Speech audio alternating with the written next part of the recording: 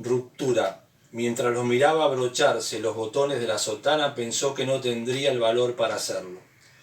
Al fin y al cabo, su sentimiento con el paso del tiempo se había tornado sincero.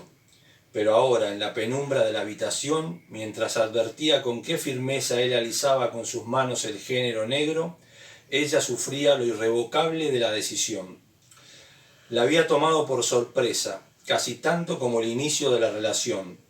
La muerte repentina de sus padres en aquel accidente, la nueva vida con su tía Elisa, la obsesión de ésta por los sacramentos y los ritos, el inicio de los cursos de catecismo en la parroquia del barrio, los nervios de la primera confesión. Lo siguió con la mirada cuando salió de la habitación. Advirtió cómo con sigilo entornaba la puerta y escuchó el encendido del motor de su auto. Sentada en la cama, sin encender el velador de la mesa de luz, comenzó a vestirse, y entre los saldos de tibieza que aún reposaban en las sábanas, fue recogiendo su ropa. Sin prisa se calzó el corpiño, la remera, el jean y por último las zapatillas. Los zoquetes no, supuso que él estaría apurado y los guardó en la cartera, y fue entonces que sintió como el frío del caño del revólver le arañaba los dedos. En el baño se lavó la cara, hizo un buche con el dentífrico y apenas se animó a detenerse frente al espejo. Con un dejo de nostalgia recorrió los amagues de las primeras patas de gallo que le acorralaban los ojos, y creyó adivinar en el vacío de su mirada la de él aquella vez, cuando, sentado dentro del confesionario de la parroquia, la invitó a pasar a la sacristía para que le contara lo del accidente de sus padres, su tristeza y orfandad. El toque corto de la bocina la sobresaltó. Miró el reloj, eran las 6, y supo de su apuro por dejarla en su casa y volver a la parroquia con el tiempo suficiente para preparar la misa de 7 del domingo. Alzó la cartera, posó una última mirada sobre la habitación y casi sin darse cuenta tendió la colcha sobre el desorden de la cama. Cerró la puerta y sin decir palabra subió al auto.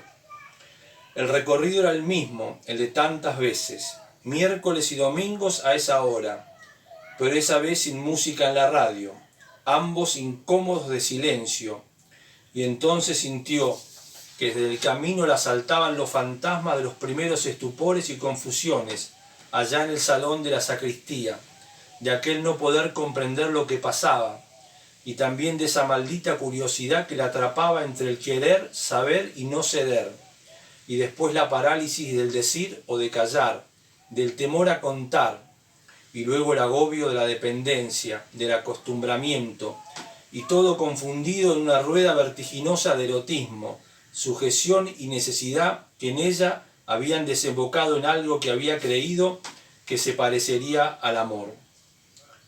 En el traqueteo de las ruedas sobre las piedras y desniveles, advirtió la proximidad de su casa.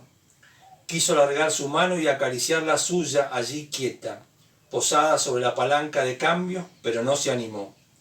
Todavía le parecía escucharlo, rígido y distante, dándole explicaciones acerca de su nombramiento como obispo adjunto de otra diócesis, de su inminente partida y de la conveniencia de terminar con ese capítulo de sus vidas. De reojo, espió la prolijidad de sus maniobras para estacionar justo frente al portón de la estrecha puerta de madera de la entrada.